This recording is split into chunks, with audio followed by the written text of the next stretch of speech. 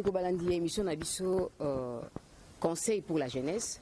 Or conseil pour la jeunesse c'est ça capté pour na moto ya zali na âge moko ya ba 12 ans, 13 ans ou bien ba 20 ans, 40 ans. Non non, jeunesse zali de 0 à 70 ans. Et makambo est très profond. Tozali na kati ya conseil. Kalamingité tozolanda évangéliste Roger Baka na kati ya conseil et na kati ya conseil na biso zali mingi de la part du Seigneur car Dieu c'est le maître de conseil, c'est lui le conseiller.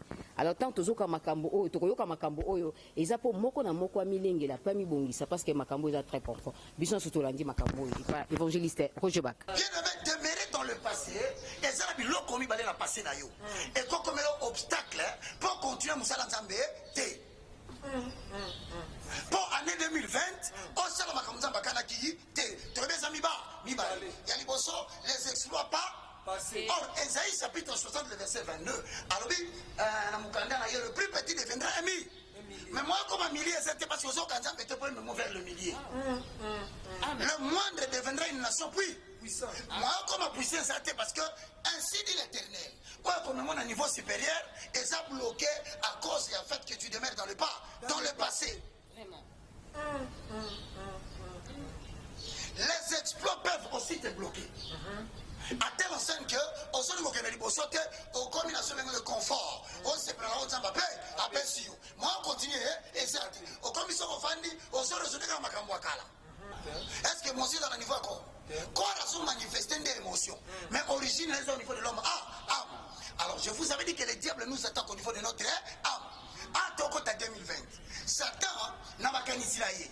Aïe, que pas tout souvent la mission que nous musica. La mission que nous musica. La mission que l'année prochaine, Dieu a donné à sa mission à épée. Il y a Yemoko. Maman fidèle spéciale, il y a Lingala. Il y a Yemoko. Il y a Mote qui est noir. Il y a Yemoko. Mais par réussir, il était bon. Nini. Et là, on est comme ça qui va comprendre tes mécanismes, modus operandis. Donc, ça, la n'est pas du malo, lobby. Si, Seigneur. Yoganga bien. Notez les tambours. Le stress. Le stress. Il y a très bien. Le stress émotionnel. À long terme, quand ça persiste, ça peut atteindre un niveau chronique. Donc, quand on n'a pas de problème, il y a échec. Quand on n'a pas de problème, il y a mobile, il y a boya. Quand on n'a pas de problème, il y a moi, c'est Kimayo. Quand on n'a pas de problème, il y a les gamins au salaire qui est simbati. Il y a une humiliation qu'on est qui est passée. Il y a ma caméra Sony. Oh, moi, sinon, à se raconter, si tu demeures dans ça, ça va provoquer le stress émotionnel. Oh, comment tu m'as dit l'émotion belé. Or, l'émotion, c'est que vous m'éli. Et quoi atteindre le stade, est comme chronique. Le problème n'est pas là. Oh, que nous sommes dans Zambé, Zambé, c'est le problème, il y a un été. Et ça, l'événement, comme il a dit, et quand on a un stress chronique, et n'importe quoi, tu vas souffrir. Les gens sont stressés à telle enseigne qu'ils ne savent pas que faire, même s'ils veulent bloquer. Alors raisonner que Vraiment. Et généralement, ils ont par des relations humaines. Les relations humaines appelées les relations conjugales. Par effet, il y a production continuelle, il y a des hormones liées au stress, et ça très destructeur. Vraiment. Alors, remettez maman fidèle. Parce que quand vous avez un stress, vous avez libéré ma hormone de stress. Or, ma hormone de stress, la 400 plus vous avez libéré, ils ont détruit sur le plan émotionnel. Et parmi ma destruction, vous êtes comme incapable de faire bon, mais tout n'a raté Sarah. Tant que vous avez dit ça, vous avez dit Aga. Aga, Aga, Aga, Isma. Comment il a déserté? Mais ça va qui kuna? Ça me ça buntu buntu poto poto kuta ça qui poussière na pou. Mais tant moi gara solé là. Aga na fait ensemble là pour la mona bi. Abika. Il y a encore ça dirigeant. Mais le stress peut te faire perdre les opportunités de trouver les solutions. Vraiment. On se bat pas non on souka ndengeni. Moi dans sa chuana. Mais Aga le bomba kezani. C'est le remords. Il y a quoi que bateau na vana ki na Égypte. bango ne baye kozwanga bapesi nga eliki yake nzambe ya abraham ya isaac na jacob apambolaka nalandi bango bato combien bacrée bastress na vie ya bato alandaka bino mpona nzambe na bi me bato basali yango mabe ezalaka bino mwasi oyo akozwa na afrique mwana bato ya mwasi ayebaki nzambe te me likolo na yo ayeba lelo siko botiki bobwaki ye aolala na balabala na poto place akolala eza te mpe na poto mabe nango dedone moto akokipa likambo aza te kuna eza solidarité moderne eza traditionnel te obetela na lisolo na okenokebisa na okokufa nango na motema mamonango amafula kumbundi alors ekomaka toxique lorsque ba émotion wana ebandi koboma mutu ndeni omoni bakangi olukwa na prison wana impression ke finga yo tout porte à la réflexion ozoko kofanda zokimia mafides likambo ya mobali asali yo mabe likambo ya mwasi asali yo mabe ekoki kobloke meme baentreprise na nyonso kofi okomi na banyongo okoti na arrêt maladie musaloka okati moyoka nzambe esa alors ezalaki moma oyo nzambe alinga libere yo eloko oluka depuis bomwana na yo Jésus. Tout ça la pénine évangéliste na makambo aboni, tout ça la nini. Et il faut sortir du pas. Dieu donné Tangelangaï, Ésaïe chapitre 43, verset 18 au verset 19. Oh Jésus. Osana. Ésaïe chapitre 43, verset 18 à 19. Ne pensez plus aux événements passés. Et ne considère plus ce qui est ancien. Voici, je vais faire une chose nouvelle. Yassika, sur le point d'arriver. Et comme il peut mener ça, les manettes en 2020 ans, c'est bon d'accord. Il commence à Congo tout le monde. Il sa réconciliation avec Dieu. Il sa réconciliation avec le peuple congolais. Il sa réconciliation avec l'environnement du Congo. Prière à moi, c'est en janvier. Tous autres préparons déjà en prière. Congolais à l'étranger, Thomas Kinshasa, prépare-toi 2020 à la rencontre de Dieu. Dieu donne ta main. Ne la connaîtrez-vous? Est-ce que vous connaissez Bangote? Je mettrai un chemin dans les et des fleuves dans la solitude. Donc, dans le moment où le peuple congolais a souki, na moment où le peuple congolais, na moment où le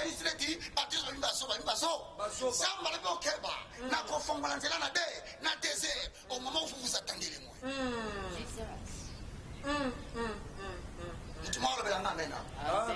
Bien aimé Yokabia, il faut bien comprendre que le corps humain perçoit les stress qui sont aussi des éléments positifs ou bien négatifs.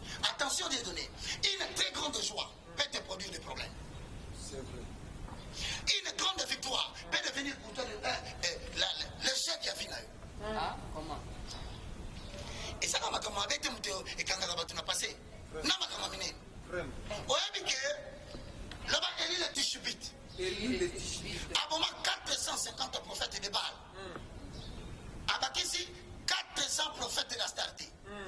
Quelle victoire! Moi, comme Begani, Zambia, Élie Nazaso, Yassolo. Sikoyo, Élie a outi Golonga. Mais moi, si à Yébisier, Jézabel, Élie. Chaque victoire provoque un problème. Pas fingayo. Pas le vélo mabé. Toi ne t'émères pas dans les succès passés. Essaye de faire monter la barre plus haut. Mais pour faire monter la barre plus haut, tu dois t'éloigner des éléments du passé. Ndela bwanya mukili balobi pona nini okanga mutu catch mutafinga kiwa saki. Ozonyokola mwasi ya batu mais expérience ya batu okutana na libala mwasi ya sala bakamana siake akenda mwana batazonyoka mapona nini parce que toi l'homme tu te mets dans le passé pas tout na yo oh ebi berere na sala kana passer va répéter oh mwana ya batu ozomona mwasi asensa mobali j'ai connu des temps difficiles ya ona sasa na confiance na mobali na mutu asala kana makambo wana asiake oya batu aye ozonyokola catch na kingo pona tu te mets dans le pas. À ton boy, tu n'iras pas de l'avant tant que tu ne vas pas chasser cet esprit où est-ce qu'on a passé. C'est très profond, hein? C'est très profond. Ça veut dire que le loyo, vous connaissez les endroits les plus riches de la terre. Oui, mais c'est richesse, il y a mon qui le vend. Non, non. Oui, mais maman fidèle. Oui, puis tes papas, l'imbole la biso papa. Non, ça. Oui, la femme d'Akumba. Dieu donné, Mourungonde. Domo. Le basepeli. Oh, ça. Ah là là là là là. Zamba sur le coup. Congo to tika na ini to kabwana te to permettre munguna kota panza Congo te eza loza musika. Misu na yona matoi na yoka kapona RDC. Ozana. Les endroits les plus riches de la terre misabi. Ils ont un cimetière. Ah. Dans un cimetière, il y a eu des grands prédicateurs qui n'ont pas prêché à cause des émotions. Jésus. Et ils sont morts, ils sont battus. Les choses qui bloquent et qui tuent. Non seulement ils bloquent aux autres, mais ceux qui continuent, et bon, même ministère là, il y a un moment où pasteur rebelle Dieu donné à la perte de sa femme. Donc moi c'est à Koufi, là c'est ma ministère et baby. Il y a un moment où pasteur entend rebelle 100% pasteur congolais. Après divorce naïe. Ministère de coup, à combien on va macamonza pour le baril sous, les émotions qui tuent. Jésus. Lamentation chapitre 3 verset 19 à 20. Wana zapona kola kisayo e banaka ndenga nini po be monsieur bomayo. Et banaka nini po mutu moko diable atinda ka bomayo. Retiens Dieu donné. Pour détruire la vie de quelqu'un, le diable envoie quelqu'un. Pour faire ses travail.